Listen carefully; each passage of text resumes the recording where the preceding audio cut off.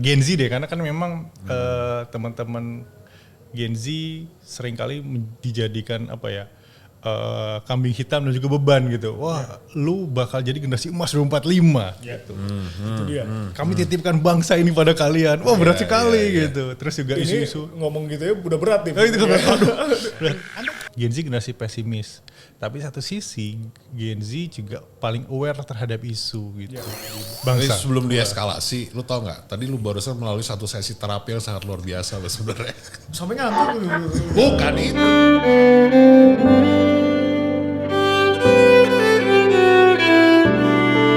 Oke, awesome people. Pada series Awesome Indonesia kali ini kita memiliki kehormatan untuk didatangi oleh seorang pemimpin muda yang luar biasa dari pemimpin.indonesia yang followernya sekarang 417k. 100 ingin memberikan kalian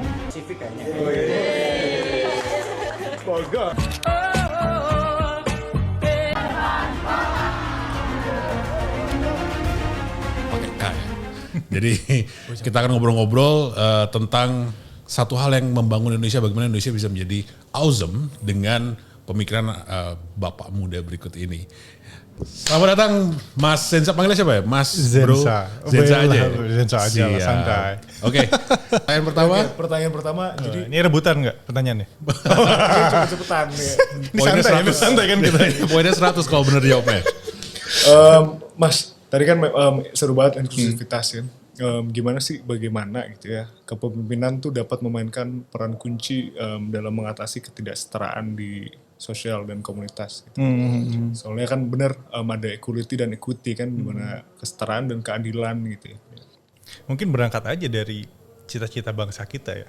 Ya Pancasila, sila kelima kan keadilan sosial bagi seluruh rakyat Indonesia.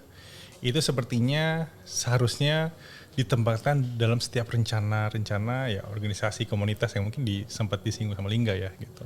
Karena memang pada satu titik kita perlu sadar lah, sekarang tantangan udah berkembang begitu luas gitu ya.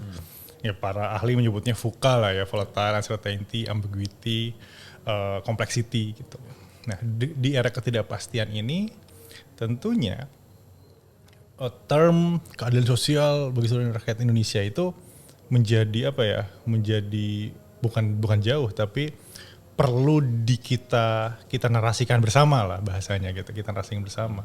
Apa sih goalsnya di keadilan sosial itu gitu? Tadi makanya gue nggak bisa ngomong apakah ketidaksetaraan itu apa dong kuncinya? Apa leadership kuncinya gitu? Ya bisa saja. Gue bisa jawab bisa saja gitu. Tapi apakah ini menegasikan isu-isu lain? Tidak juga gitu. Makanya dengan konteks VUCA ini ya tentu solusinya perlu komprehensif dan multidimensional kan gitu. Jadi leadership yang seperti apa? Ya leadership yang memang bisa menjahit segala hal gitu. Mungkin bahasa sekarang kolaborasi. Kita nggak bisa sendirian gitu bro. Gitu. Kita ngomongin soal tadi keadilan sosial ya cukup romantis. Lu nggak bisa sendirian, lu harus bareng-bareng. Betul. Karena kalau sendirian ya cuma satu aja yang lu selesaikan gitu. Padahal di tantangan besar di depan sana tidak pasti, ambigu, kompleks sekali gitu. Lu nggak bisa menyelesaikan satu masalah ya dengan satu pisau gitu. Bisa jadi pisau lipat yang berbagai macam peran kan gitu. Makanya memang tadi kolaborasi, berbagi peran itu penting banget dalam leadership makanya gitu. Jadi leadership seperti apa yang leadership yang memang bisa adaptif terhadap tantangan tersebut. Itu sih kalau gue. Jadi gue jadi penasaran, maksudnya di pemimpin Indonesia ini apa formatnya berarti? Formatnya MP4 sih. Gue kira 3GP ya. Waduh. Anak lama banget ya, 90. Anak 90-an tahu 3GP. Anak MIRC ya? Iya bener. Ada yang tahu MRC senengnya rasanya gimana Juga gitu. PDF lagi. Lu tahu nggak MRC? Enggak. Iya. Friendster gak tahu ya Friendster? Tahu. Dia mungkin Tahu. masih. MRC nggak tahu. dia. MIRC gak tahu. Bagus banget tuh. Chat terbaik di dunia MIRC. Itu pionir pertama. Pionir pertama. Tadi apa pertanyaan gue? FOMO. Pemimpin Indonesia, artinya maksudnya ini sebuah format. pelatihan atau komunitas atau apa nih? Kita mungkin bisa menyebutnya agregator lah kalau bahasanya ya. Agregator dalam artian gini, kalau mungkin pernah mendengar konsep pentahelix gitu ya. Oke. Pentahelix itu ABCGM, akademisi, bisnis, community, government dan juga media. Oke. 5 hal ini perlu dijahit. Nah mungkin kami di tengah-tengahnya gitu. Gue bisa mendivine ini karena memang rata-rata prioritas program-program kami ini berfokus pada menjahit semuanya gitu. Jadi memang nggak bisa didefine. Oh kita perusahaan yang menjual pelatihan training leadership. Oh enggak juga gitu. Oke. Karena memang banyaknya kita membuat enabling something yang memang menjahit dimensi-dimensi tersebut gitu. Buat pelatihan leadership, buat community development, buat juga bagaimana si community development ini nggak berhenti di situ. Kita perlu sustain gitu. Perlu membuat titik-titik lainnya gitu, enabling jaringan-jaringan lebih lainnya gitu. Karena simpul-simpul ini ya mungkin yang bisa kita lakukan. Karena nggak bisa kan maksudnya sekarang berharap bahwa top down gitu. Oh, kita mengharapkan pemerintah aja, nggak bisa. Setuju. Semua harus berangkat dari bawah gitu, bottom up gitu. Kalau kita yang nggak gerak siapa lagi gitu. Kalau memang kita nggak aware terhadap isu atau pengen merubah sesuatu, ya harus bareng-bareng gitu dan bikin sesuatu hal ya. Percikan-percikan ini walaupun kecil setidaknya ketika ini berkumpul bersama yang menjadi salah satu ombak juga kan gitu, ombak kebaikan lah ya gitu. Jadi kalau bisa dibilang tadi pertanyaannya pemimpin ID itu apa sih? Seonggok apa sih? Apa sih barangnya nih? Iya, Gitu. makanya kita mungkin lebih mendivine kita memang fokus pada pengembangan ekosistem kepemimpinan gitu. Oke. Pengembangan ekosistem kepemimpinan. Agregator yang mengembangkan ekosistem kepemimpinan. Artinya yang ingin gabung sama Pemimpin Indonesia ini punya desire outcome-nya adalah menjadi pemimpin di kepentingan kebutuhan mereka. Misalkan kalau di perusahaan ya untuk perusahaan, kalau di keluarga pun ada. Keluarga, Jadi pemimpin keluarga dong. Pemimpin iya udah dong pasti dong. Misalkan gue Jadi suami tapi kok gue ditindas istri mulu. Bisa. Ini bukan ini kan? Bukan curhat gitu ya. Bisa kan. Mau jadi pemimpin nih. Iya. Atau apa aja nih. Ya, makanya kan kita bilang create new leader, create new ecosystem. Oke. Gitu. Makanya dimulai dari memimpin diri sendiri. Kita inject tuh self leadership. Yang terdiri dari self awareness, dia sadar kelebihan kekurangan dia sadar menuju kemana, itu self awareness. Kemudian yang kedua self regulation, bagaimana dia bisa meregulasi emosi gitu ya, meregulasi dirinya sendiri, disiplin, bangun pagi dan lain-lain gitu.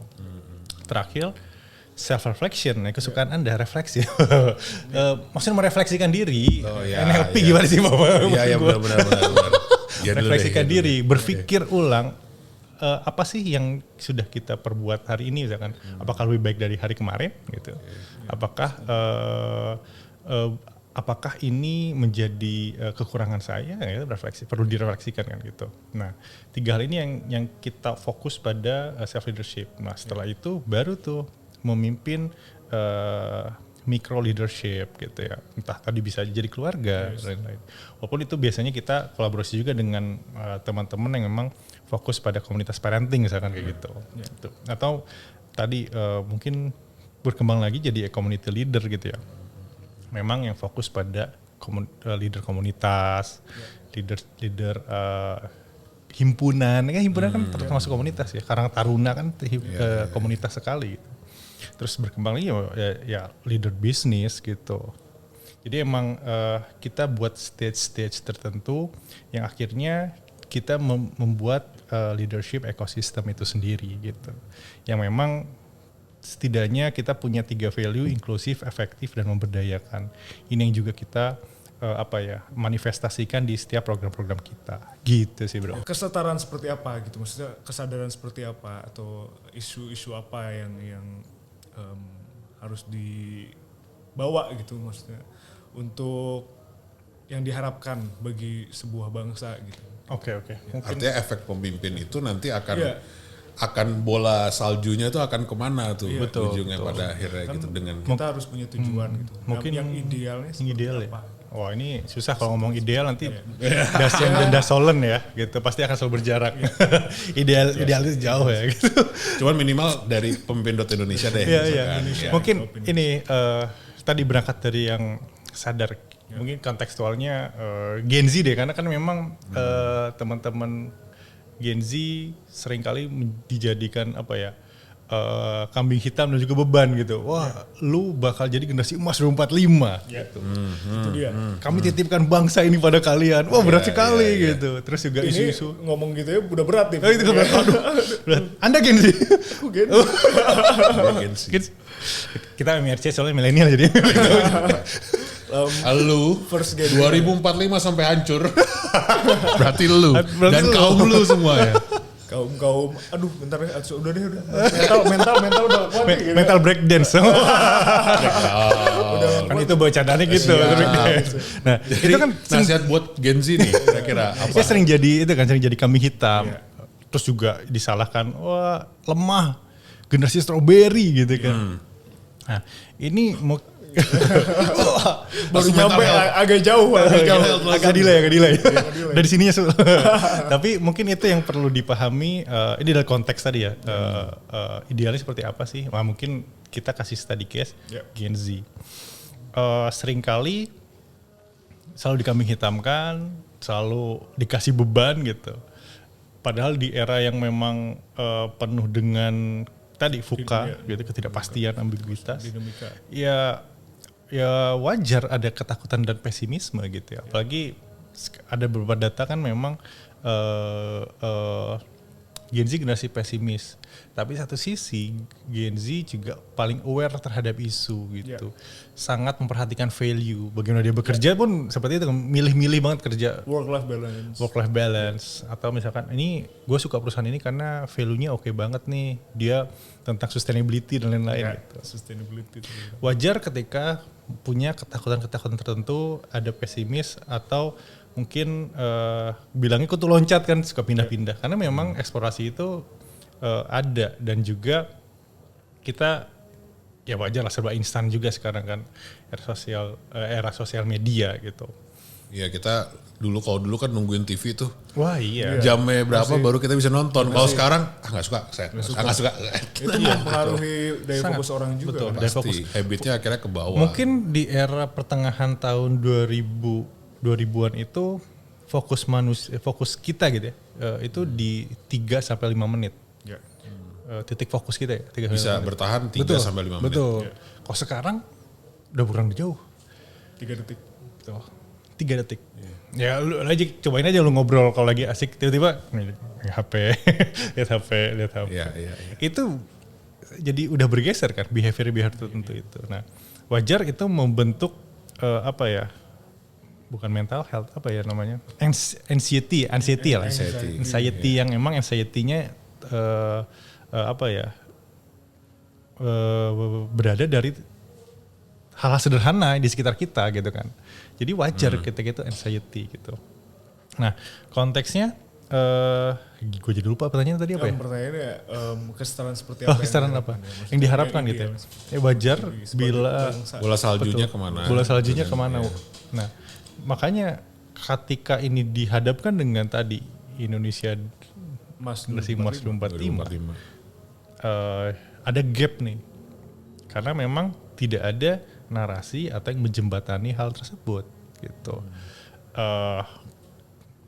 Oke lah banyak intergenerational dialog yang emang dibuka, tapi kemudian bola saljunya kemana nih gitu? Outcome-nya kena nggak ya?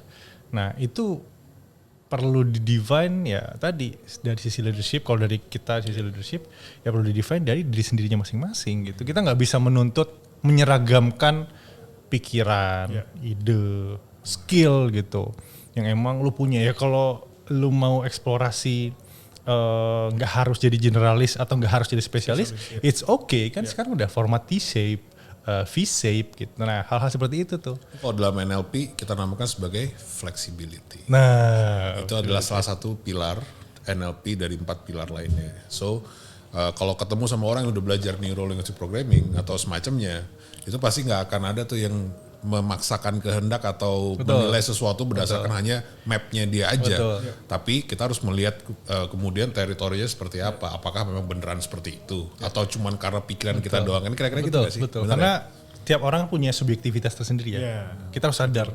Bias apalagi kemarin isu-isu politik pasti orang follow apa yang pengen dia denger doang. Gitu. Karena hal seperti itu juga harus perlu sadar gitu akhirnya. Karena ya tadi kita nggak bisa menuntut lu jadi ini ya, jadi seorang leader yang tegas, kuat dan lain-lain, nggak bisa juga gitu. Silakan jadi dirimu sendiri yang memang setidaknya itu menjadi apa ya? Kalau growth mindset ya tadi ya perlu jadi orang yang punya growth mindset dan bisa jadi diri lu sendiri, sederhana itu kok gitu. Itu tadi ngomongin Gen Z kan? Iya, Gen Z. Dan asal lu tahu, milenial ini adalah partner in crime terbaiknya Gen Z, bener gak?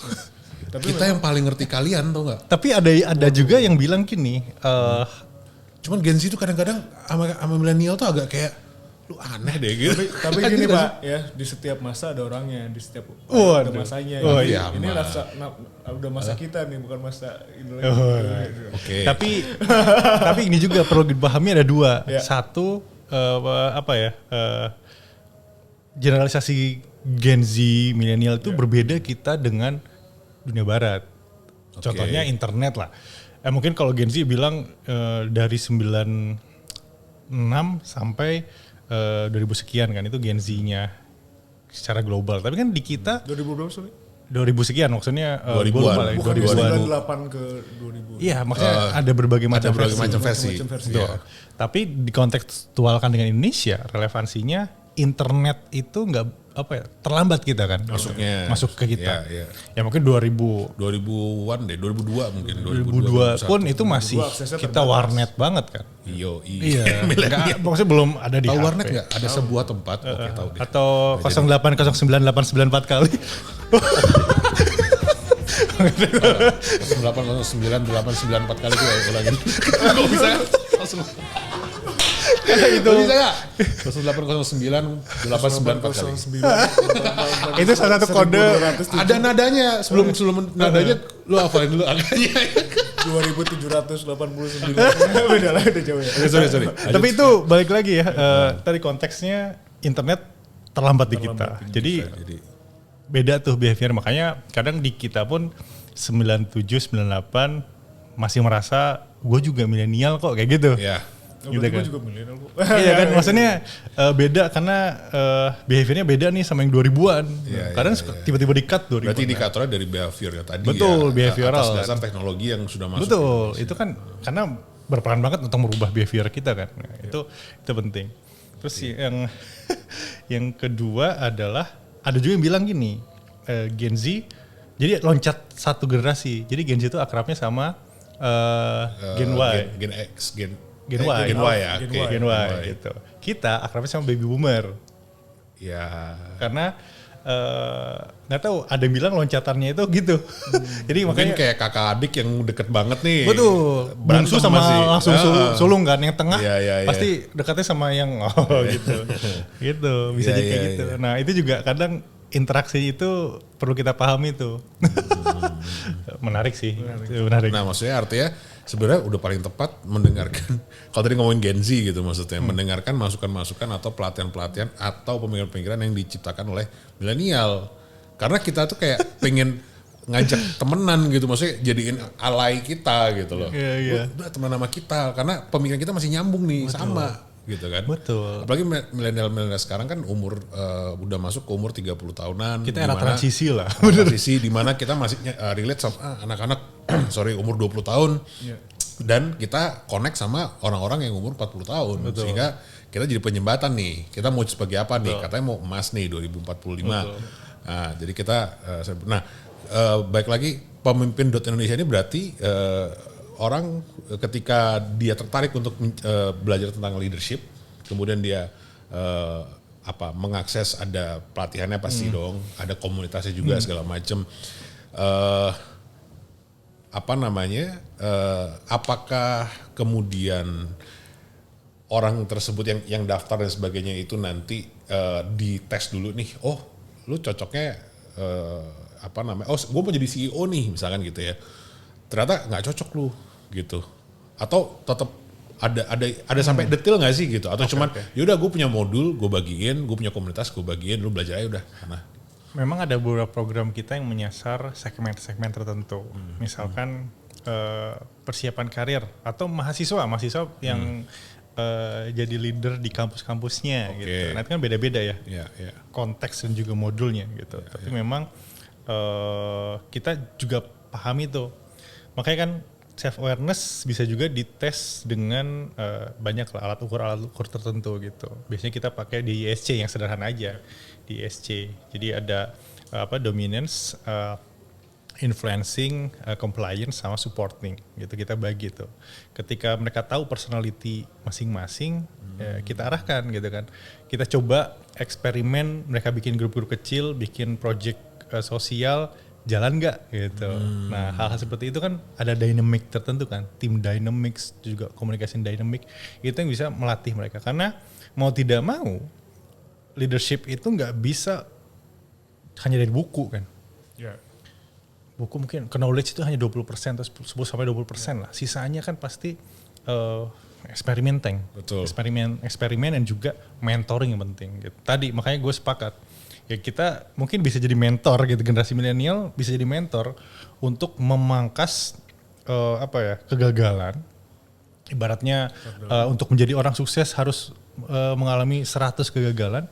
Ketika ada mentor, ya mungkin lu percepat gitu. Mungkin cuma butuh 10 gitu, tapi tetap gagal juga kan. Tapi 10 ini kan menegasikan 90 sisanya kan dari mentoring tersebut gitu. Nah jadi memang selain mengalami ya juga perlu ada mentoring, penting banget gitu sih. Nah, susah gak sih ngelatih Gen Z menjadi pemimpin tuh? Kayak mereka egois banget deh semua ya. Kalau gak ada Gen Z di sini. Kalau gue melihatnya ambis sekali. Dia punya achievement hunger gitu. Kalau karena gue sering buat beasiswa atau misalkan community dan lain-lain gitu, lihat CV anak-anak sekarang, wah, gue belum bisa membayangkan, gila udah ikutan ini, wah gila, lu kan masih umur 20. Iya udah sih, kalau ikutan itunya iya betul, kan? betul. Karena kesadarannya ya. Betul, ya mungkin kan akses juga kan tadi akses terbuka. Kalau kita dulu kan ya perlu koran. Iya, kita pasti harus pinter dulu, cerdas. Perlu ketok pintu gitu kan. Gitu. Baru perlu kita dapat. nyetor CV dan lain-lain gitu. Pas sekarang kan tinggal klik, lu bisa dapat kelas gratis. Klik, lu dapat bisa internship yang oke. Dulu mungkin privilege itu nggak dimiliki milenial misalkan, karena susah banget buat dapat internship di tempat yang oke gitu. Atau harus bersurat dulu dan lain-lain, harus lama gitu. Jalur ordal. Betul. Gitu. Oh nggak tahu sih kalau itu. Cuma emang privilege itu tidak kami miliki gitu. Tapi kalau tadi gue lihat sebenarnya malah punya achievement yang emang seneng banget buat mengeksplorasi tertentu, karena tadi mereka sadar bahwa di depan sana itu kompleks banget, ambigu banget. Berarti gue harus, karena informasi yang betul cepat, maka dari itu ya gue juga harus belajar dengan cepat gitu. Tapi yang mungkin yang quote and quote pasif pasti tereliminir dengan sendirinya kan, terkurasi dengan sendirinya kan. Kalau yang diem ya nggak mau jemput bola, ya kalah dengan kecepatan itu sendiri kan. Karena gitu. pada ngebut ya, pada betul. cepat dengan segala teknologi, akses. Betul, memang cepat gitu. Ya enggak, setuju sih tadi dengar masih penasaran tentang pemimpin Indonesia ini karena begitu banyak followernya. Itu asli semua kan? Asli. Kita nggak pernah, bahkan kita nggak kurang karena ads ya, nggak pernah hancur kan algoritmanya kalau betul.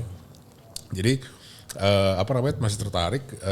Jadi kita membuka reality baru lah ceritanya. Tadinya kalau kayak game zaman dulu tuh yang mesti jalan dulu ke sana baru akhirnya kelihatan pilihannya ya. RPG ya. RPG istilahnya ya kan. Baru kelihatan lagi jalan ke sana, tadinya gelap kelihatan lagi.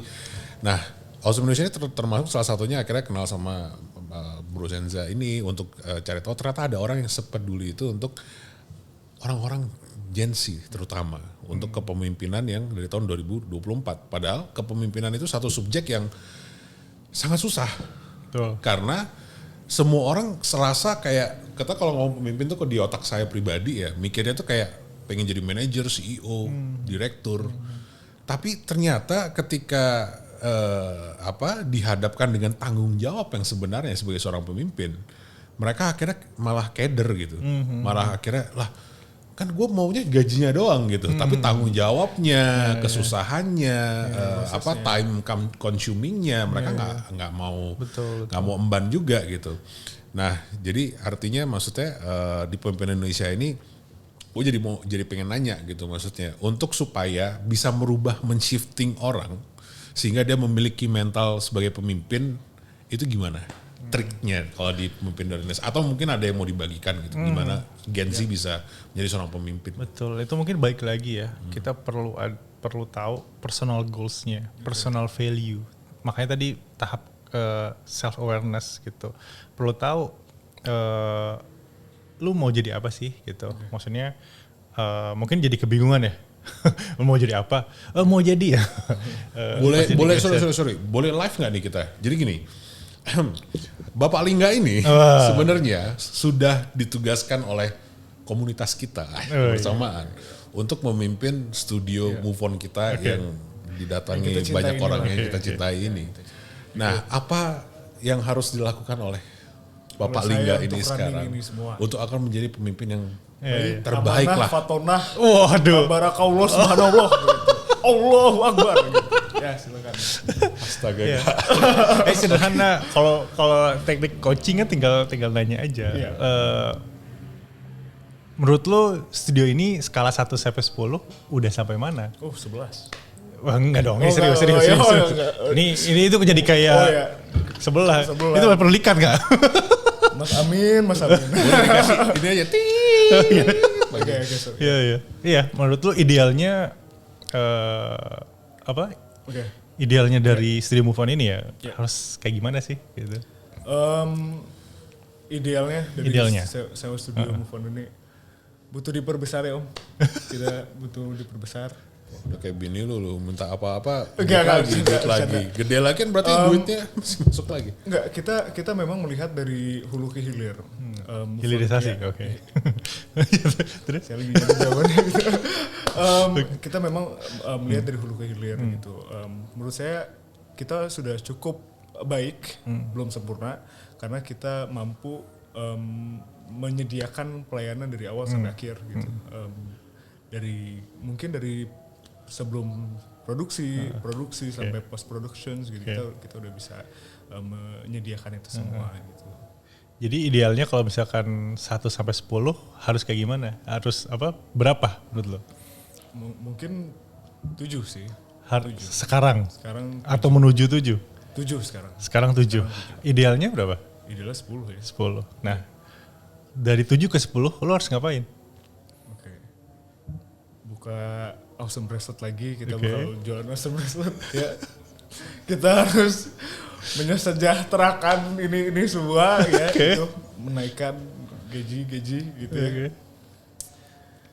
Ini kalau naikin gaji dia ya maksudnya gak pernah. Tapi kan itu ya, maksud gue dari ada jarak 3 tuh. Ya, 3. Untuk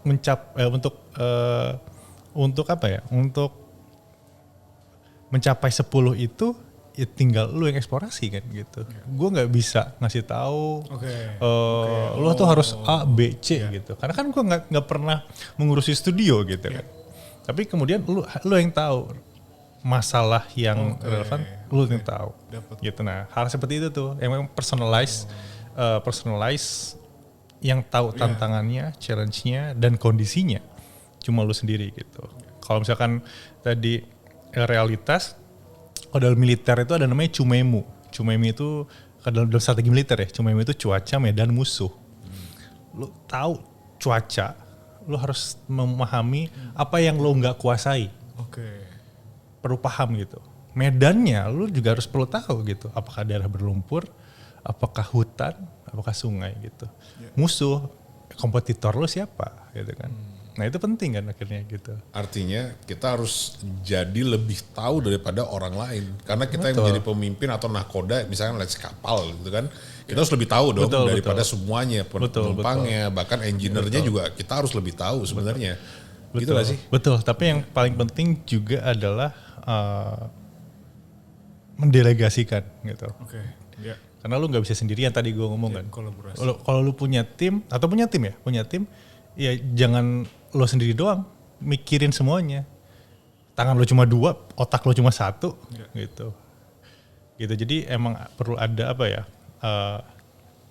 Abundance mentality lah gitu. Bahwa ini masalah bersama, asking for help dan jujur apa adanya gitu. Memang nah itu leader yang baik ya. Leader yang bisa mendelegasikan gitu. Jadi nggak lo kapitalisasi lo cuma sendiri, masalah lo mikirin sendiri. Terus juga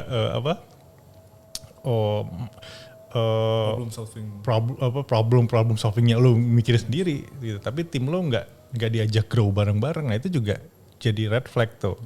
Makanya memang akhirnya ini jadi value kita terakhir, memberdayakan. Create more leader itu jadi kayak tim lo tuh punya ownership terhadap perusahaan lo gitu. Jadi emang mikirin semuanya gitu. Pikir bagaimana caranya tim lo jadi entrepreneur semuanya gitu akhirnya kan gitu. Jadi berasa CEO semuanya. Karena baik lagi everybody is a leader gitu. Betul, tadi ya. karena semua orang adalah pemimpin. Lu tadi ngomong tentang inklusivitas, ya lu juga perlu memperhatikan ide-ide dari tim kita gitu kan. Karena memang nggak bisa sendirian gitu.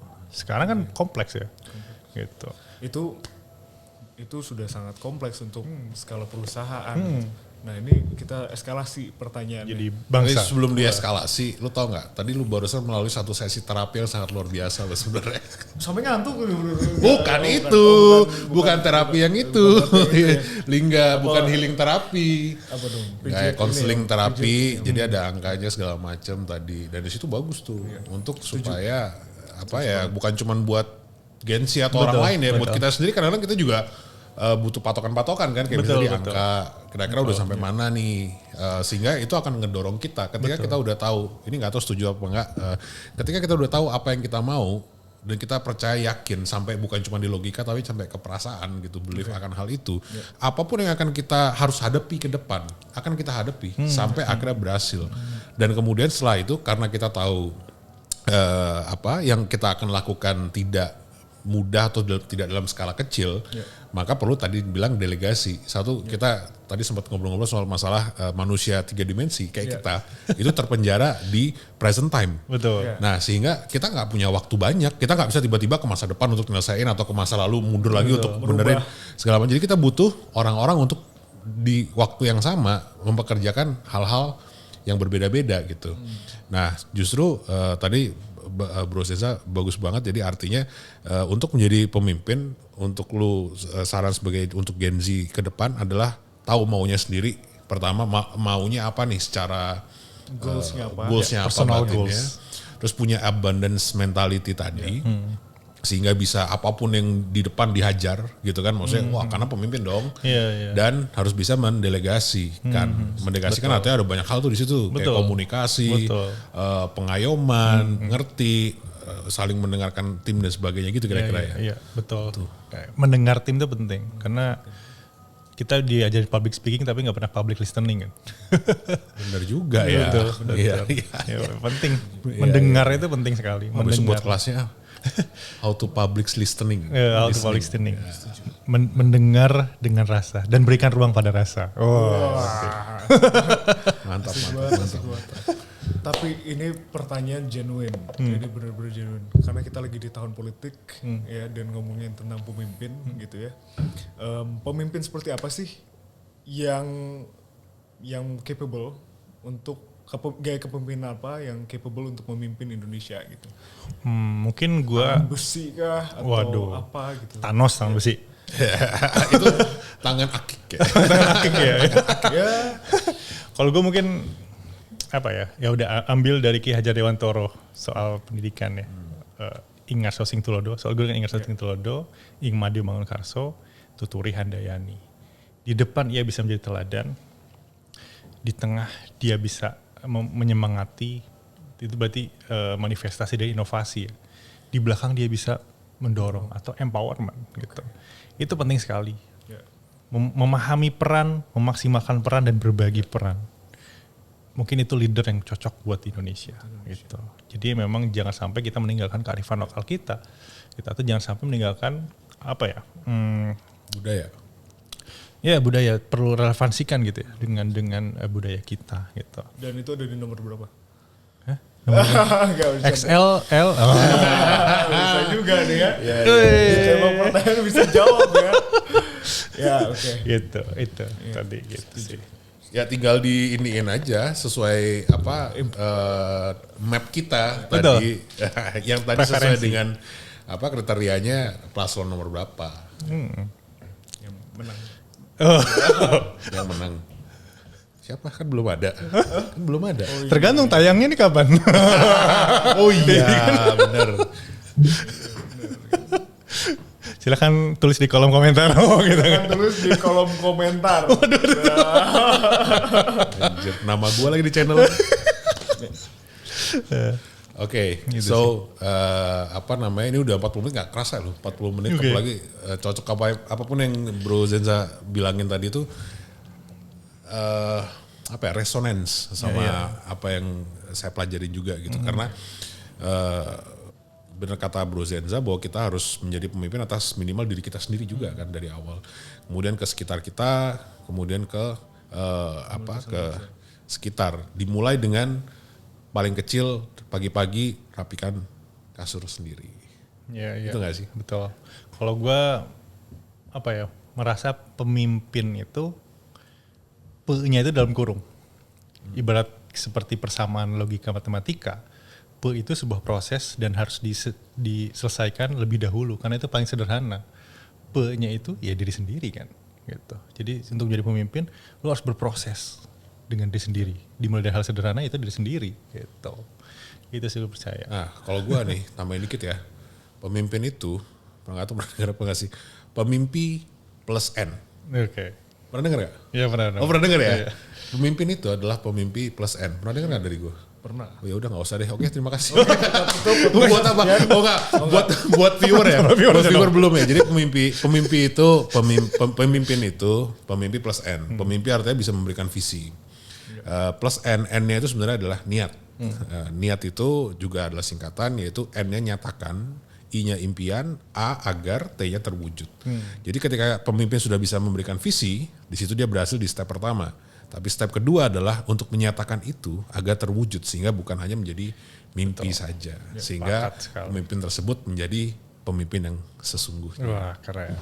Itu. Dari lu gimana ada? Harusnya Ada. bintang tamu yang tepuk tanganin. Tapi keren banget Bro Sensa, Thank terima you. kasih. Inspirasi. Gue berharap ini nggak yang pertama dan terakhir. Ada lagi sesi-sesi yang lainnya karena satu kita resonance tadi dan kita perlu untuk mengembangkan kembali tentang kemilenialan kita, kepedulian kita kepada para Gen Z supaya 2045 Indonesia kacau emas balau gitu ya. bisa tercapai, Betul. bukan jadi Indonesia perunggu gitu minimal gitu kan, nggak harus emas gitu. Apalagi harapan, oh jangan lah. Iya. Jadi beban berat buat lu. Oke. Kami Mulai titip- dari tempat ini Betul. dulu. Kalau gue bilang Terima kami kasih. titipkan bangsa ini pada kamu. Wah.